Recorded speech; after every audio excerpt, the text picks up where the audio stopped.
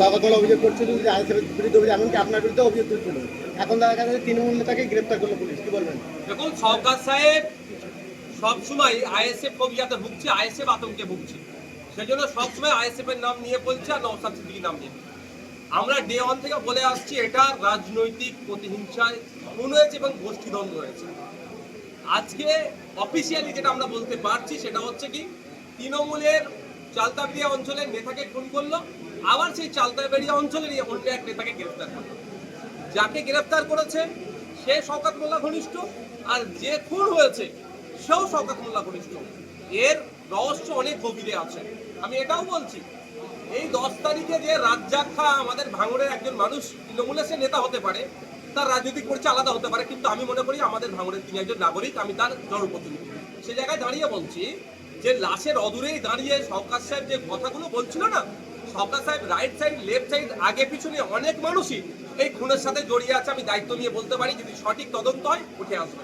এখন দেখার বিষয় কারা কারা যুক্ত আছে, যাদেরকে গ্রেফতার করেছে তাদের সিডিআর যদি চেক করে, নিশ্চিতভাবে কলকাতা পুলিশের সিভি তিনি যথেষ্ট পরিমাণে এফিসিয়েন্ট। এই ক্ষেত্রে আশা করব নিরপেক্ষতা বজায় রেখে তদন্ত করবে, যে কে বা যারা যুক্ত আছে তাদের বিরুদ্ধে কঠোর ব্যবস্থা নেবে এবং সর্বোচ্চ শাস্তি হবে। আমি একজন ভাঙড়ের জনপ্রতিনিধি হিসাবে আমি বলতে চাই যে প্রয়োজনে তার পরিবার যদি আমার আইনি কোনো সহযোগিতা দিতে চাই, আমি সম্পূর্ণরূপে দিতে প্রস্তুত আছি। আমার কাছে ও আমার বিরোধী দলের নেতা নয়, আমি ওর কাছে ও হচ্ছে রাজ্জাক খাঁ, হচ্ছে ভাঙড়ের একজন ভোটার, এটা আমার বড় পরিচয়। যেদিনকে দেখা যায় মৃত্যু হয় সেদিনকে শওকত মোল্লার পিছনে দাঁড়িয়েও ছিলেন মোফাজ্জল মোল্লা। সেটাই তো বলছি, শুধু মোফাজ্জল মোল্লা নয়, আরো যে কেউ আছে। আমি এটা বলছি, সঠিক তদন্ত হলে রাইট লেফট ব্যাক ফ্রন্ট যারা দাঁড়িয়ে আছে অনেকে জড়িয়ে আছে এই খুনের সাথে, সঠিক তদন্ত হলে বেরিয়ে আসবে।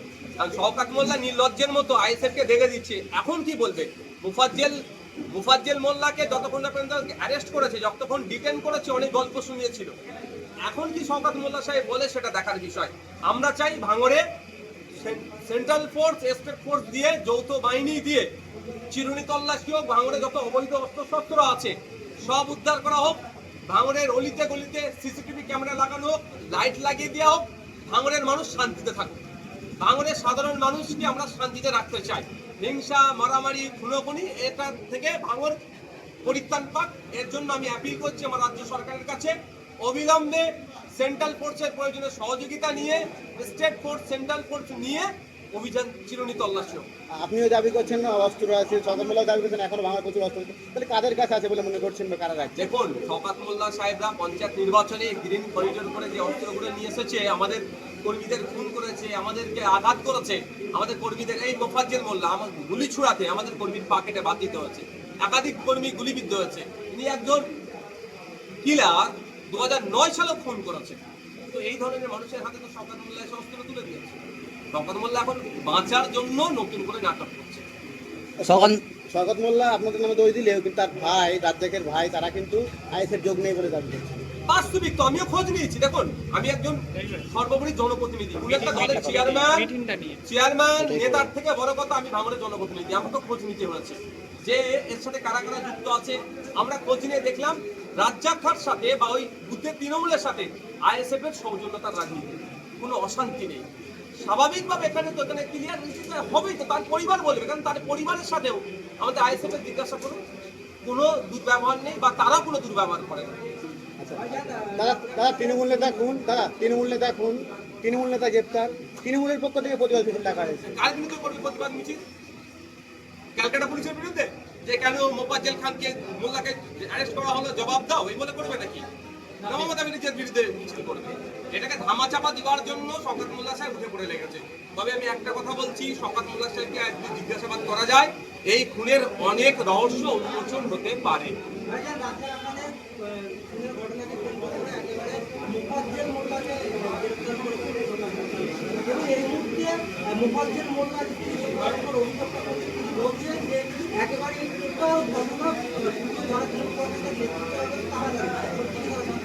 জানতে পারে, সিডিআর চেক করলে বোঝা যাবে।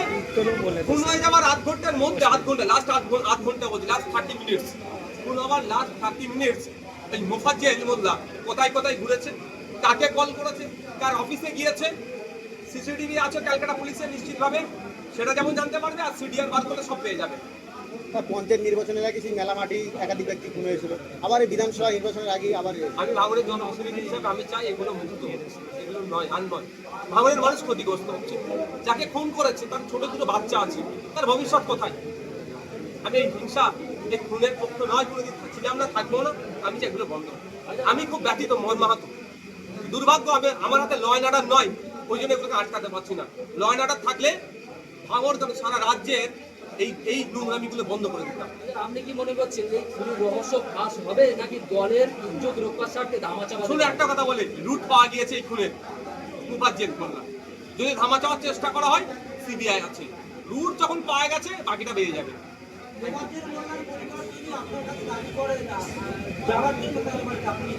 মুফাজ্জেল মোল্লাই তো খুনের সাথে যুক্ত, আমার কাছে আসার প্রয়োজন নেই।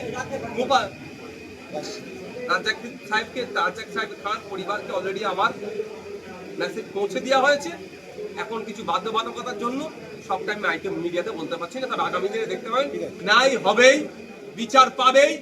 যে বা যারা যুক্ত ভাঙড়ের মানুষকে যারা এই উত্তপ্ত করে রেখেছে, তাদেরকে শান্তির ঘুম ঘুমোতে দেওয়া যাবে না।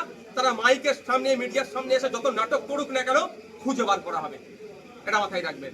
তদন্ত যদি ঠিকঠাক না হয়, সিবিআই হাতে হবে। ওই সেই সিবিআই দেখবেন আবার মুফাজ্জেলকে তুলে নিয়ে যাবে, আর ওই বাইকের যারা দুজন ছিল বসে তাদেরকেও তুলে নিয়ে যাবে, অনেক জিজ্ঞাসাবাদ হবে।